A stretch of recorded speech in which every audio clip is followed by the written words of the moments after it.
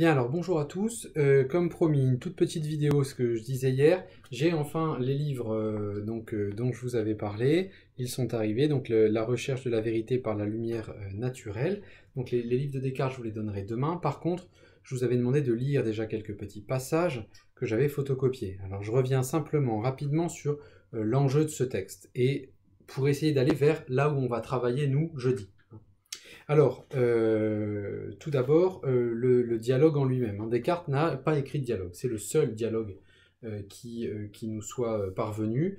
Et c'est un dialogue bref, interrompu. Descartes n'a pas fini ce dialogue. On a retrouvé donc des fragments du texte qui permettent de faire ce que vous avez ici, c'est-à-dire une partie du dialogue qui s'arrête brutalement au moment où Polyandre explique ce que c'est qu'une chose qu'il pense. Voilà, il s'arrête là. Alors, ce dialogue peut être compris à partir des trois personnages qui sont en jeu, à savoir qui sont sur scène en quelque sorte, Polyandre, Épistémon et Eudoxe. Très rapidement, Polyandre, c'est donc un personnage qui n'a pas beaucoup étudié, qui n'a pas été dans les écoles de philosophie, de théologie, qui pourtant a une grande curiosité et un bon sens tout à fait pertinent. A l'inverse, Épistémon, dont le nom est formé à partir du mot épistémé, connaissance en grec, est un grand savant qui a étudié longtemps dans les écoles, qui est familier de la pensée d'Aristote, etc. Et Eudoxe, le personnage Eudoxe, qui en grec voudrait dire eudoxa, c'est-à-dire l'opinion heureuse, la bonne opinion. Eudoxe qui en fait est dans le dialogue Descartes lui-même. Alors Polyandre et Épistémon, ces deux personnages se retrouvent chez Eudoxe, qui vit dans une forme de retraite, dans un cadre paisible au milieu de la nature, et ont cette conversation retranscrite ici. Quelle est l'idée principale de cette conversation? L'idée principale est de déterminer, parmi les connaissances dont nous sommes capables, lesquelles peuvent être vraies, certaines, lesquelles peuvent devenir l'origine, le commencement plus exactement, de toutes les autres connaissances que nous pouvons avoir par la suite. Et donc tout ce dialogue reflète bien l'idée très importante chez Descartes, qu'on trouve dans d'autres de ses ouvrages, comme le discours de la méthode, comme les règles de la direction de l'esprit, comme la lettre préface, etc., où Descartes montre bien qu'il est à la recherche de quelque chose d'absolument certain qui pourrait fonder les sciences, qui pourrait fonder la connaissance humaine. Et c'est la raison pour laquelle le dialogue commence par cette forme de regret un peu nostalgique de Polyandre qui explique qu'il n'est pas allé, comme Épistémon et comme Eudoxe, dans les écoles, et que c'est un vrai regret pour lui, qui désire connaître les choses, et qui s'aperçoit qu'il n'a pas les connaissances qu'ont les deux autres personnages. Et Eudoxe, Descartes, va essayer de nous montrer, à travers ce dialogue, qu'il n'est pas nécessaire d'avoir passé un temps fou dans des écoles, d'adhérer plus ou moins tacitement à l'école scolastique aristotélicienne ou à l'enseignement thomiste, c'est-à-dire à l'enseignement de saint Thomas qui reprend celui d'Aristote, pour pouvoir découvrir des connaissances et des vérités absolument certaines. La thèse donc principale, et qu'il suffit, c'est marqué dans le titre en fait, de savoir utiliser correctement, de savoir tirer de la lumière naturelle de notre propre raison tout ce qui est nécessaire pour les connaissances certaines. Je passe sur les premières pages du dialogue, vous verrez que c'est une forme de discussion sur ce regret de ne pas savoir tout ce qu'il est possible de savoir, et j'en viens en fait à ce qui me paraît intéressant, c'est-à-dire dans cette petite présentation introductive, la page 83, 84 et 85. Alors, la question est, mais d'où viennent toutes les erreurs que nous avons? D'où viennent que nous ne sachions, d'où vient le fait que nous ne sachions pas déterminer avec certitude ce qui est vrai de ce qui ne l'est pas? Épistémon dit ceci: « Il me semble que tout cela s'explique fort clairement si on compare la fantaisie, c'est-à-dire l'imagination, la fantasia, des enfants à une table d'attente dans laquelle doivent être mises nos idées, qui sont comme des portraits tirés de chaque chose après le naturel.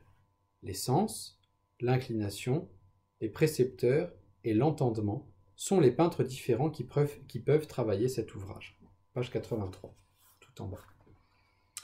Thèse de tout ce que l'on appellera ensuite les empiristes. Nous naissons avec une capacité à recevoir des impressions, à recevoir des opinions, de manière, nous sommes en quelque sorte des éponges à connaissance, nous absorbons ce qui nous arrive.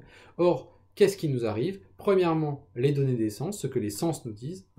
Deuxièmement, nos habitudes. Troisièmement, nos éducateurs, nos maîtres. Et enfin, en dernière position, notre raison elle-même, lorsqu'elle est suffisamment formée. Comme vous savez, on dit que l'âge de raison se trouve autour de 7 ans. Bon. Ça veut dire que pendant 7 années, on a subi les influences de ces trois maîtres précédents, que sont les sens, les habitudes et les maîtres. Et Épistémon explique que voilà, c'est dramatique, mais c'est comme ça. Nous ne nous servons de notre raison que beaucoup trop tard, et que ce projet cartésien de vouloir fonder la science sur une connaissance absolument certaine se heurte immédiatement à cette énorme difficulté énoncée précédemment. Alors, voilà comment Eudoxe répond. Voilà comment Eudoxe répond à la page 85. Et je vais m'arrêter un tout petit peu là-dessus, parce que c'est en fait le cœur du travail qui va nous rester à faire. Votre comparaison, dit Eudoxe, découvre fort bien le premier empêchement qui nous arrive. Mais vous n'ajoutez pas le moyen duquel il faut se servir afin de s'en garder. Évidemment, le français est un peu vieilli, mais vous voyez bien que le terme important ici, c'est le moyen. Par quel moyen on se débarrasse de ce problème qui consiste à dire, en fait, c'est illisible ce que nous avons en nous, et beaucoup trop mélangé d'erreurs, on n'y arrivera pas. Quel est-il ce moyen? Ce moyen qui est, ce me semble, que, comme votre peintre ferait beaucoup mieux de recommencer tout à fait ce tableau, ayant premièrement passé l'éponge par-dessus, pour en effacer tous les traits qu'il y trouve, que de perdre le temps à les corriger.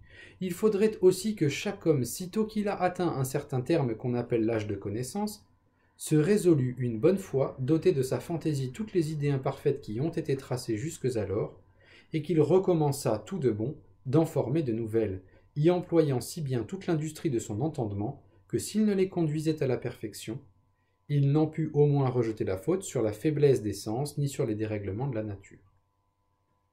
Paragraphe 17. Paragraphe 17, fondamental pour comprendre l'enjeu du texte. Qu'essaye de dire Descartes ici? Une chose très simple. Au lieu de vouloir démêler ce qui est vrai de ce qui ne l'est pas, de ce qui l'est moins, ce qui est vraisemblable dans toutes ces connaissances que nous avons reçues depuis notre enfance, décidons un moment où nous allons passer l'éponge sur ce tableau, effacer, c'est comme quand on était petit et qu'on pouvait effacer les écrans sur lesquels on avait dessiné, on efface directement tout ça et on reconstruit. On reconstruit toutes nos connaissances sur des connaissances solides, stables, fermes, certaines, absolument certaines. Absolument certaines. C'est la promesse de ce dialogue. Descartes nous promet qu'il va nous présenter ces vérités-là absolument certaines et sur lesquelles nous allons pouvoir construire tout le reste. Alors évidemment, si maintenant je vous donne la solution du dialogue, vous allez peut-être avoir moins envie de lire la suite, donc je vais m'arrêter là pour vous montrer que tout l'enjeu de ce qui va suivre, des paragraphes qui vont suivre, puisque nous allons travailler essentiellement en cours, maintenant les pages 86 et suivantes, c'est-à-dire en fait en quelque sorte le raisonnement de Descartes, pour essayer de nous montrer quel est ce point fondamental dans l'ordre de la science, vous comprenez bien que cet enjeu-là est crucial dans le chapitre qu'on est en train de travailler, à savoir le chapitre sur la vérité, puisque de cette constitution-là de vérité certaine, on va pouvoir peut-être, c'est la question qu'on est en train de se poser, on va pouvoir peut-être fonder une science absolument certaine, ce qui est la question sur laquelle nous réfléchissons en ce moment. Voilà, toute cette petite introduction est là pour vous aider à synthétiser ces premières pages, à avoir en tête le projet de Descartes et à ce qu'on puisse mener une analyse plus approfondie. On va être beaucoup plus précis maintenant dans les termes de Descartes eux-mêmes, parce qu'ils ne sont pas forcément évidents parfois. Je vous invite donc à bien avoir en tête cette idée-là, ce point de départ, pour ensuite pouvoir analyser ce fameux doute et puis ces fameuses vérités. Voilà, à jeudi.